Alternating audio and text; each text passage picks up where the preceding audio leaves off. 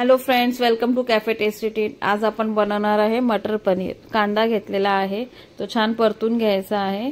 त्याच्यामध्ये थोडंसं मी तेल ॲड करते आणि गोल्डन झाल्यानंतर आता टोमॅटो ॲड केलेला आहे। टोमॅटो पण भाजून घ्यायचं आहे आणि त्याच्यानंतर सुकं खोबरं टाकते। भाजून घ्यायचं आहे सुकं खोबरं पण ग्रेव्हीसाठी। आता मी त्या पॅनमध्ये तेल टाकलेलं आहे। हे आलं लसूण मिरचीची पेस्ट आहे आणि आता त्याच्यामध्ये पनीर थोडंसं टाकायचं आहे। 1-2 मिनिटच फ्राय करायचं आहे, जास्त नाही।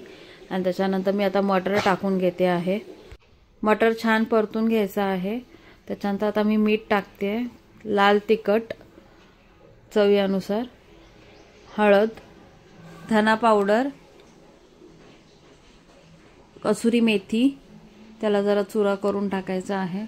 आणि त्याच्यानंतर हे किचन किंग मसाला आहे। तर छान मिक्स करून घ्यायचं आहे आपल्याला।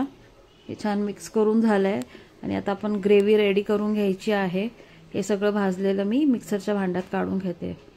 बघू शकता वाटून झालेलं आहे। आता तीच ग्रेव्ही मी ह्याच्यामध्ये ॲड करते। परतून घ्यायचं आहे आणि त्याच्यामध्ये नंतर आपण पाणी ॲड करायचे।